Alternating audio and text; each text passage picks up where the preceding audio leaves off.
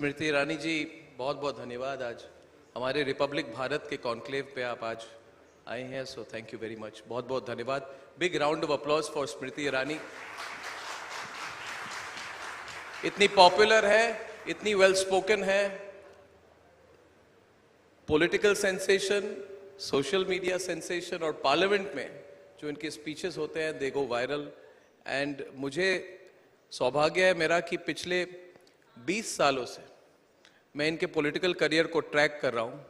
And मैं हमेशा कहता हूँ she is a self made person. जिस तरह से इन्होंने 2000, अभी याद कर रहा था कि 2004 के चांदनी चौक के इलेक्शन से लेके 2023 तक इनकी पॉलिटिकल करियर एक तरह से मिसाल है भारतीयों के लिए and for all the women in the country. So big round of applause for Smriti Irani please. सीधा सवाल करूंगा, पॉलिटिकल करते हैं इस पूरे कार्यक्रम को। राष्ट्र सर्वोपरि सम्मेलन है और अगले साल आम चुनाव है। राष्ट्र की बात करते हैं। स्मृति ईरानी जी, पहला सवाल जो मैं आउट ऑफ द वे करना चाहता हूं, क्या आपको लगता है राहुल गांधी वापस अमेठी लौटेंगे? मुझे लगता है आपने अपने प्रश्न के उत्तर को खुद ही दे दिया है, क्योंकि 2014 में या 19 में ये किसी ने सोचा भी नहीं था कि 2023 में ये सवाल पूछा जाएगा। ये मान के चले थे बहुत सारे पॉलिटिकल पंडित्स की ये वो धरा है जहां से एक व्यक्ति विशेष या परिवार विशेष न सिर्फ लड़ेगा बल्कि जीतेगा भी। 23 में ये सवाल अपने आप में ही इस बात का संकेत है कि जो इतिहास भारतीय जनता पार्टी ने 19 में रचा उस सीट पर, उसके बाद आज इस सवाल का आना अपने आप में संकेत है कि कितना बड़ा बदलाव हुआ है। एक वक्त था जब हमारे देश में कहा जाता था कि उस सीट से तो गांधी ही लड़ेंगे, खानदान के लोग, और जीतेंगे भी। अब प्रश्न उल्टा हो गया है कि कौन आएगा लड़ने बीजेपी से अमेठी में। तो मुझे लगता है कि आपके सवाल और उसके जवाब में ही भाजपा की जीत इंगित है। नहीं, मगर स्मृति जी, ये बहुत बहुत महत्वपूर्ण सवाल है, क्योंकि पॉलिटिक्स में चैलेंजेस होते हैं। क्या आपको नहीं लगता कि एज अ चैलेंजर वो आ सकते हैं? पिछली बार आप चैलेंजर थी, you won. As a politician क्या वो एक बार फिर आएंगे? आपका असेसमेंट क्या है? जो स्वयं दूसरों के सहारा लेकर, व्हाट इज योर असेसमेंट? जो स्वयं एक लोकसभा क्षेत्र में 2 पार्टियों का सहयोग लेकर लड़ता है, वो स्वयंभू क्या विजेता है, वो भी एक प्रश्न है। मैं तो अपनी पार्टी के सिंबल से एकमात्र लड़ी थी, वो 3 पार्टी के कैंडिडेट थे और तीनों पार्टी मिलकर भी उनके कैंडिडेचर को सुरक्षित नहीं रख पाई। तो प्रश्न ये उठता है कि आज जिस अलायंस की बात करते हैं राष्ट्रीय स्तर पर, उसका एक नमूना तो हमने 2019 में अमेठी में देख लिया था। तीनों मिलकर भी कांग्रेस के राष्ट्रीय अध्यक्ष को बीजेपी के एक साधारण कार्यकर्ता से बचा नहीं पाए। तो आज अगर आप 24 की घोषणा करवाना चाहते हैं, वो इतिहास तो हम रच चुके जो हमने 19 में रचा था। 24 में अगर पुनः कांग्रेस के राष्ट्रीय अध्यक्ष लड़ने आए तो आप कह सकते हैं कि क्या इतिहास अपने आप को दोहराएगा। अब 24 में जो आएंगे वो कांग्रेस के अध्यक्ष तो नहीं होंगे। क्या आप मल्लिकार्जुन खड़गे जी को इनवाइट कर रही है अमेठी में? मैं बीजेपी की एक साधारण कार्यकर्ता हूं। खड़गे जी भी क्या स्वतंत्र हैं ये निर्णय लेने के लिए, ये आप सुनिश्चित कर सकते हैं मुझसे बेहतर। लेकिन हाँ, इतना जरूर कह सकती हूँ कि अमेठी से भाजपा से कौन लड़ेगा इसकी घोषणा मैं नहीं कर सकती, लेकिन कार्यकर्ता के नाते ये आश्वासन आपको निश्चित दे सकती हूँ कि जीत पुनः भाजपा की होगी। तो आप चैलेंज दे सकते हैं राहुल गांधी को कि वो आए और जो खुद चैलेंज्ड हो उसको चैलेंज देने की जरूरत नहीं है। स्मृति जी, 2024 के पहले राज्य के जो चुनाव है उसमें एक माहौल बिल्डिंग होता है, और दिल्ली में जैसे मैं हमेशा कहता हूं, यहाँ बहुत लोग चाहते हैं कि कांग्रेस वापस आए, किसी तरह से आए, खिचड़ी सरकार बने। कौन चाह रहा है? लुटियन की जो मीडिया है, कई लोग हैं, कई इंटरेस्टेड पार्टीज हैं, कई लोग चाहते हैं कि एक तरह से एक ऐसी सरकार आए जो अलग हो, जो प्रेजेंट सरकार से, उससे वो चाहते हैं कि अलग कैसे? अलग इन द सेंस जैसे कि रिमोट कंट्रोल द्वारा चलाई जाए। मैं आपको समझा देता हूँ। वो जैसे 1996 से जो सरकारें बनी थी, खिचड़ी सरकार, कोalition गवर्नमेंट्स वो चाहते हैं वो आए, क्योंकि कोalition गवर्नमेंट्स मैनेजेबल होते हैं कई लोगों के लिए। तो मेरा सवाल आपसे ये है स्मृति जी, माहौल क्या है? क्योंकि राज्य चुनाव में सब लोग आजकल यही बात कर रहे हैं कि छत्तीसगढ़ तो बीजेपी के लिए मुश्किल है, मध्य प्रदेश 50-50 है, ये जनरल टॉक है। राजस्थान शायद बीजेपी के चांसेस हैं, लीडरशिप इश्यूज हैं, तेलंगाना आपके हाथ में नहीं है। और अगर ये राज्य चुनाव आपके खिलाफ हो जाए, अगर जो रिजल्ट है इज नॉट प्रो बीजेपी, तो जो माहौल बनेगा वो आपके खिलाफ बनेगा 2023 में, जिसका प्रभाव एक 2024 में होगा। तो इसका जरा आप विस्तृत तौर से आपकी इंटरनल असेसमेंट और एनालिसिस क्या है? मुझे लगता है कि साल 2014 के नरेंद्र भाई की जीत के बाद से, चाहे चुनाव प्रदेश का हुआ हो, ब्लॉक का हुआ हो, अथवा म्युनिसिपैलिटी का हुआ हो, नगर पालिका का हुआ हो, पंचायत का हुआ हो, हर चुनाव इस प्रकार से प्रस्तुत किया गया एज दो ये मोदी का डिसाइसिव चुनाव है। इसके बाद मोदी की खैर नहीं, ऐसे करके ऑपोजिशन ने बार बार अपने आप को प्रस्तुत करने का प्रयास किया। 2019 में एक डिसाइसिव विक्ट्री हुई, 24, और यहाँ संत महापुरुष बैठे हैं तो उनके सामने बड़ी ह्यूमिलिटी के साथ कहती हूँ, 24 में भी जो हम जीत का भाजपा का आकलन लगा रहे हैं वो मात्र एक ओवर कॉन्फिडेंस का प्रतिबिंब नहीं है, रिफ्लेक्शन नहीं है। 2-3 प्रमुख विषयों के आधार पर हम कह रहे हैं कि 24 में पुनः नरेंद्र मोदी जीतेंगे। एक, आप अगर आज ऑपोजिशन के समूह को देख लें तो वो कहते हैं कि हम एकजुट इसलिए नहीं हो रहे क्योंकि हमें राष्ट्र को उन्नति के पथ पर ले जाना है। वो कहते हैं हमारा एजेंडा बस एक ही है कि मोदी को कैसे हराएं। तो इतनी सारी राजनीतिक दलों का समूह जो है वो आपके राष्ट्र के लिए क्या करेंगे इसका मानचित्र उनके पास नहीं है। वो कहते हैं कि तुम अपनी किस्मत आने वाली 5 सालों के लिए हमारे नाम कर दो, और हमारे पास, विपक्ष के पास, वो कौन कौन सी सुविधाएं हैं या क्या मानसिकता है जिसके नाते वो ये कहते हैं कि अपनी किस्मत हमारे नाम लिख दो। उनके नाम जब देश ने अपनी किस्मत लिखी 10 साल सतत, तो देश को क्या मिला? करप्शन के कई केसेस। देश को क्या मिला? आंतरिक सुरक्षा की दृष्टि से चुनौती। देश को क्या मिला कि आप इस प्रकार की अर्थव्यवस्था को प्रस्तुत करते हैं जो अंदर ही अंदर अपने देश की जितनी भी सुविधाएं हैं उनको करप्शन के माध्यम से निचोड़ लेती हैं और गरीब को और गरीब बनाती हैं। आज अगर नरेंद्र मोदी को अपनी रिपोर्ट कार्ड देनी हो 9 साल के काम की, तो हम कह सकते हैं धड़ल्ले से कि 11 करोड़ गरीब परिवारों को जीवन में पहली बार शौचालय बनाकर देना गांधी खानदान के लिए कोई विशेष बात नहीं होगी, लेकिन उन 11 करोड़ परिवारों के लिए हर दिन इज्जत के साथ शुरू करना एक बहुत बड़ी बात है। हमारे देश में राष्ट्रीय और अंतर्राष्ट्रीय इतिहास को अगर आप देखें, बीमारियां, चुनौतियां पहले भी कई बार आ चुकी हैं, लेकिन हिंदुस्तान के इतिहास में पहली बार आप देखते हैं कि 80 करोड़ जनमानस को पिछले 2.5 साल से दरवाजे तक दस्तक देके खाना पहुंचाया जाता है। ये विश्व में और कोई भी देश नहीं कर रहा, ये नरेंद्र मोदी ने किया है। और आज जब हम कहते हैं कि हम 5वीं सबसे बड़ी अर्थव्यवस्था हैं, तब उतने ही धड़ल्ले से या उतनी मजबूती से कहते हैं, सिर्फ हम नहीं, अब IMF भी कहती है कि आप आने वाले 2-3 साल में तीसरी बड़ी अर्थव्यवस्था विश्व की बन जाएंगे। तो आप मुझे कहना चाहते हैं कि इस देश का कोई भी नागरिक अपने बच्चों की और अपनी किस्मत को अंधकार में धकेल देगा सिर्फ इसलिए क्योंकि कोई साहिबा चाहती हैं कि उनके सुपुत्र के हाथ में सत्ता आ जाए? मैं कह रहा हूं कि राज्य चुनाव में उसका इम्पैक्ट क्यों नहीं होता? नहीं, अगर ये कर्नाटक के चुनाव में, जैसे कर्नाटक के चुनाव में पे सीएम वाला कैंपेन हुआ, गैस सिलेंडर के दाम को लेकर बहुत बड़ा कैंपेन हुआ, ये सब जो है ये ग्राउंड लेवल इश्यूज हैं।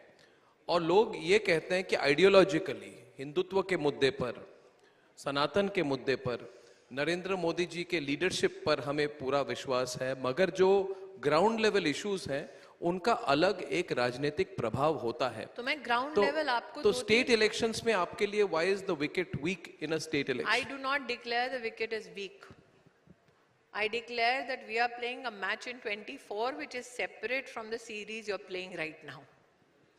2024 is a The Lok Sabha election and its comparative to every other election as though it is a referendum of Narendra Modi is not new.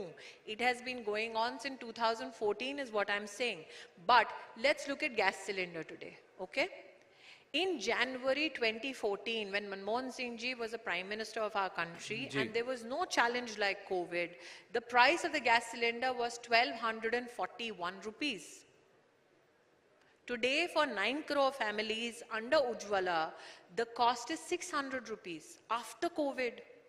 After feeding 80 crore people free ration for 2.5 years, after delivering vaccines free for 140 crore people, after having headwinds of the Ukraine-Russia standoff, after having global economic slowdown, today the IMF projects that the India growth story will now is projected to be at 6.3. But look at the other top 4 economies, it's less than 5%. But remember the time when COVID had struck, what was the attack of the Congress party on Prime Minister Modi? कि भाई हमारे पास तो अर्थशास्त्री था, तुम्हारे पास तो गुजरात के ग्रामीण अंचल में जन्मा व्यक्ति है, उसको इतनी समझ नहीं है।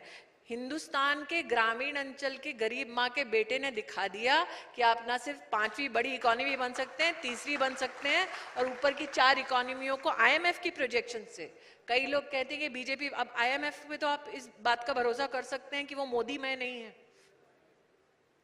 तो आज प्रश्न ये उठता है कि आप जिस ऑपोजिशन की बात करते हैं, वो ऑपोजिशन देश को देना क्या चाहता है, ये तो बतलाएं। उस ऑपोजिशन को किस बात से परहेज है? मेक इन इंडिया से परहेज है। मेक इन इंडिया क्या है? कि हमारे देश में इतनी काबिलियत है कि इतने बड़ी अर्थव्यवस्था में, इतनी बड़ी कंजम्पशन हमारी इकोनॉमी में, हम अपने देश में अपनी देश की दरकार को पूरा कर सकते हैं और विश्व के बाजार में भी अपनी देश की प्रतिभा के माध्यम से मैन्युफैक्चरिंग की नीड्स पूरा कर सकते हैं। कोई अपने देश की काबिलियत पे क्या प्रश्न चिन्ह लगाता है? राहुल गांधी ने लगाया। दूसरा, आपने सनातन की बात की। कांग्रेस पार्टी की पूरी राजनीति रही है हिंदू विरोधी, पूरी राजनीति रही है कि हिंदू सेक्युलर नहीं है, पूरी राजनीति रही है कांग्रेस पार्टी की कि हिंदू और हिंदुइज्म कम्युनलिज्म का एक संकेत है। आप मेरे धर्म को सरेआम गाली देते हैं और एक भी हिंदू ना शस्त्र उठाता है, ना भौं उठाता है, वार्ता करता है। आप कहते हैं मोदी कम्युनल है, ये गांधी खानदान का उनके ऊपर आरोप है। Modi had a decisive mandate in 14, in 19. He did not bulldoze the constitutional path to build the Ram Mandir. हम ताने सुनते रहे, अरे मंदिर वहीं बनाएंगे, तारीख नहीं बताएंगे। अब सुन लें, 22 जनवरी को मंदिर के निर्माण में प्राण प्रतिष्ठा हो रही है। मोदी ने कहा धारा 370 हटाओ, इन्होंने कहा खून की नदियां बह जाएंगी, पत्थर इधर से उधर हो जाएंगे। आज हिंदुस्तान गवाह है, ना एक टीपा बहा, ना एक पत्थर उठा। तो ऐसा नहीं है कि नरेंद्र मोदी को इन्होंने कम कटाक्ष किया हो, कम आक्रमण किया हो, लेकिन संविधान की मर्यादा में आज तक आपके देश के राष्ट्र सेवक ने, प्रधान सेवक ने वो सारी चुनौतियां जो हमारे देश के सम्मुख प्रस्तुत थी, उनका संविधान की मर्यादा में रहकर जवाब दिया, समाधान दिया। और हाल फिलहाल में जो महिला आरक्षण बिल है, वो भी इस बात का सबसे बड़ा प्रमाण है। जब महिला आरक्षण बिल पास हुआ तब बिल्कुल सन्नाटा था दूसरे कैंप से, एक सोशल मीडिया की पोस्ट नहीं थी। मैं नाम लेकर कहूंगा, शबाना आजमी ने कुछ नहीं कहा, जावेद अख्तर जी बिल्कुल चुप थे। इनको एक तरह से बिल्कुल शौक था कि ये हो क्या रहा है। जो अपने आप को विमेन्स एक्टिविस्ट कहते हैं, अपर्णा सेन ने एक शब्द नहीं कहा। ये मुझे नहीं लग रहा था, अंदर ही अंदर से जल रहे थे कि ये काम नरेंद्र मोदी ने क्यों किया जो हम 25 साल से नहीं कर पाए। उस पर आपकी टिप्पणी क्या है? मैं एक्टिविज्म को कभी भी गलत शब्दों में नहीं आंकती।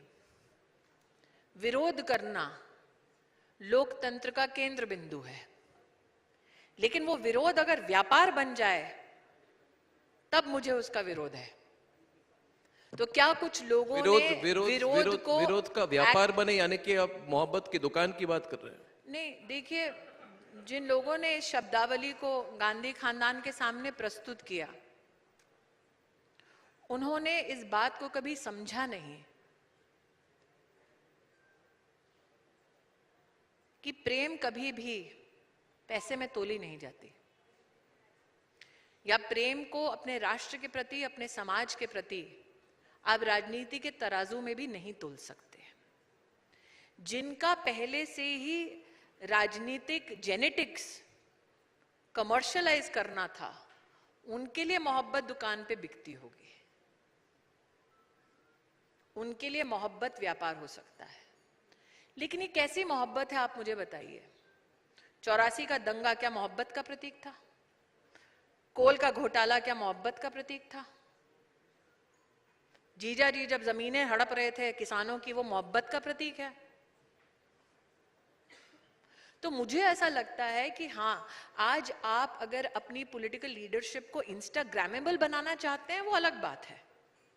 यूट्यूब पर पॉपुलर करना चाहते हैं, वो अलग बात है। लेकिन अंततोगत्वा जनता की जो चुनौतियां हैं, उसका समाधान कैसे मिलेगा? आपने दामाश्री की बात की, मगर उन पर तो कोई एक्शन हुआ नहीं।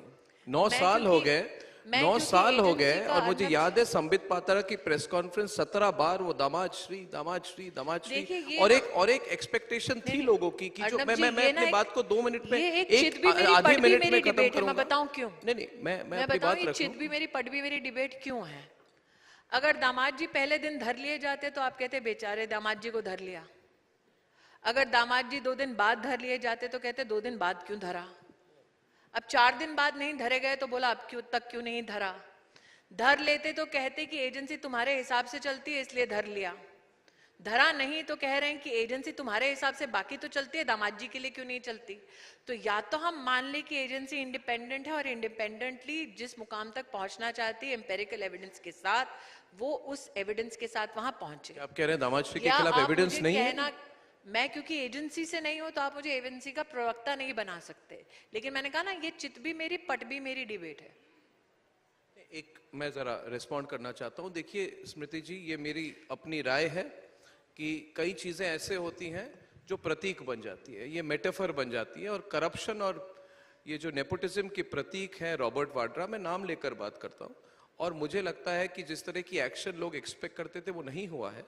और मैं समझता हूं कि इन चीजों के खिलाफ ठोस कदम होने चाहिए। और एक मेरी अपनी राय है कि लोगों की एक्सपेक्टेशन थी कि ऐसी चीजों को भूला नहीं जाएगा, तो हुआ नहीं है। और मैं अपनी राय आपके सामने रखूं। आपकी राय को प्रस्तुत करने के बाद जो जोरदार तालियां बजी जी, वही इस बात का संकेत है कि साल 2024 में दामाद जी की सासू मां पर और साले साहब पर ये देश विश्वास नहीं करने वाला।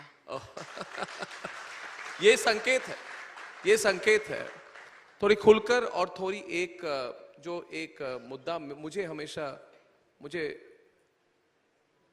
चिंता होती है इस बात को लेकर। देखिए स्मृति जी,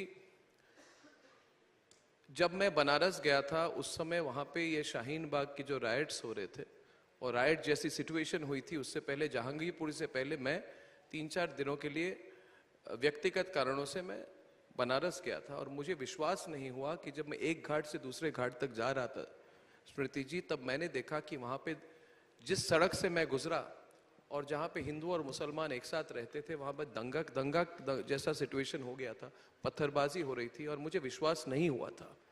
उस समय मुझे लगा था, और मैं खुलकर कहना चाहता हूं कि लुटियन की बहुत मीडिया थी जो एक तरह से उकसा रही थी लोगों को, शाहीन बाग के नाम पर उकसा रही थी वहां पे, शाहीन बाग और जामिया और उसके बाद जो हुआ। और मुझे लग रहा है, जब मैं देख रहा हूं,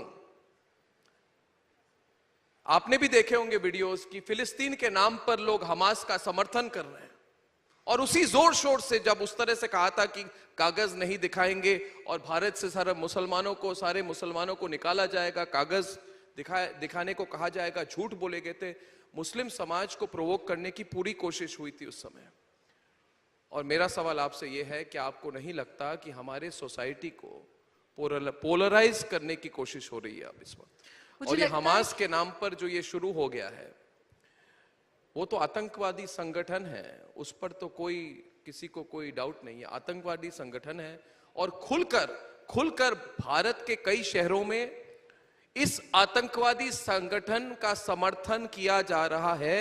ये क्यों अलाउ किया जा रहा है और ये 2024 से पहले क्यों हो रहा है?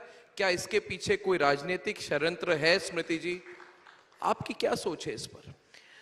अगर आतंकवाद का कोई धर्म नहीं तो आतंकी के समर्थक का भी धर्म नहीं होना चाहिए। सबसे पहले तो मेरा ये अपना पर्सनल व्यू है that if terrorism has no religion, how can the terrorist supporter have a religion? Because terrorism is nothing but weaponization of war strategies in the guise of non-state actors. I think कि जिन लोगों ने और विशेषतः जो कांग्रेस की तरफ से बोल रहे हैं, वो किस हद तक अपनी राजनीति के लिए जा सकते हैं, ये उसका सबसे बड़ा प्रमाण है। क्या आप कभी अपेक्षा कर सकते थे कि चित्र उपलब्ध होंगे 40 बच्चों के सर कटे हुए हैं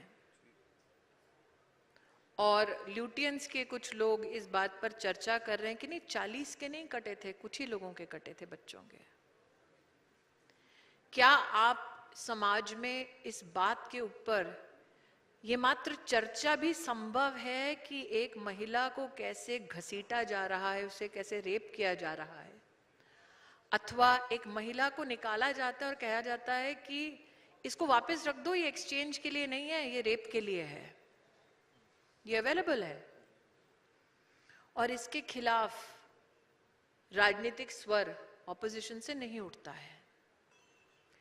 लेकिन क्या आपकी अब भी अपेक्षा है कि ऑपोजिशन टेरर और टेररिज्म के खिलाफ बोलेगी? ये वो लोग हैं, सुशील जी तो यहाँ बैठे हुए हैं, इन्होंने वो नज़ारा देखा है जब किसी ने एयरफोर्स के ऑफिसर्स को मार दिया और कांग्रेस पार्टी ने तब के प्रधानमंत्री से उनको हाथ मिलाने के लिए उनके कक्ष तक ले आए थे। तो क्या आप उनसे अपेक्षा कर रहे हैं कि वो लोग मानवता के समर्थन में बोलेंगे?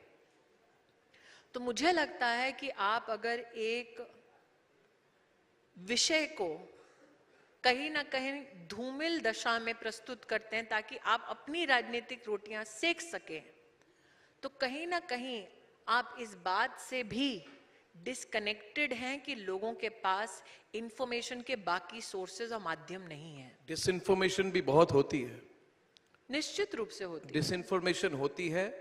अभी आम चुनाव तक 7 से 8 महीने बाकी हैं और मुझे लगता है कि इतनी बड़ी चुनाव है अगली बार, और जितने पॉलिटिकल पार्टीज है वो जानते हैं कि अगले बार अगर नरेंद्र मोदी फिर प्रधानमंत्री बन जाए तो बहुत लोगों की वो खुद ही कहते हैं कि हम ये दुकान वो दुकान चलाते हैं, दुकानें बंद हो जाएंगी उनकी। तो एक तरह से डेस्परेशन भी बहुत है स्मृति जी, और जहां पे डेस्परेशन ज्यादा है तब कोई किसी देश के बारे में नहीं सोचता। क्या आपको नहीं लगता कि जिस तरह से रिलीजियस पोलराइजेशन की गई और जिस तरह से 55 लोगों की जान गई हमारे इस दिल्ली में, वो रिपीट नहीं हो सकता है? प्रोवोक नहीं हो रहे हैं लोगों को एक तरह से हमास के नाम पर, या आप हिंदू हो मुस्लिम हो, प्रोवोक करके एक तरह से मुस्लिम वोट मोबिलाइजेशन के तरफ लोग काम कर रहे हैं, और इसको आप इग्नोर नहीं कर पाएंगे। इससे लॉ एंड ऑर्डर सिचुएशन बन सकता है। सिर्फ पीएफआई को बैन करना काफी नहीं है स्मृति जी, मुझे लगता है कहीं ना कहीं इसको जड़ से, ये जो रेडिकल और फंडामेंटलिस्ट थिंकिंग है, इसको चैलेंज करने की जरूरत है। इसके साथ कोई कोएग्जिस्टेंस नहीं हो सकता। इजराइल ने कोशिश की, इजराइल ने कोशिश की, नेतन्याहू ने कोशिश की, आज पछता रहे हैं। और मैंने उस दिन एक कार्यक्रम में कहा, बस एक कहकर मैं समाप्त करूंगा, मैंने कहा अपने कार्यक्रम के, are you sure that what has happened in Israel cannot happen in India? यानी कि ये थिंकिंग जो है, हम समझते हैं कि भारत में नहीं हो सकता है।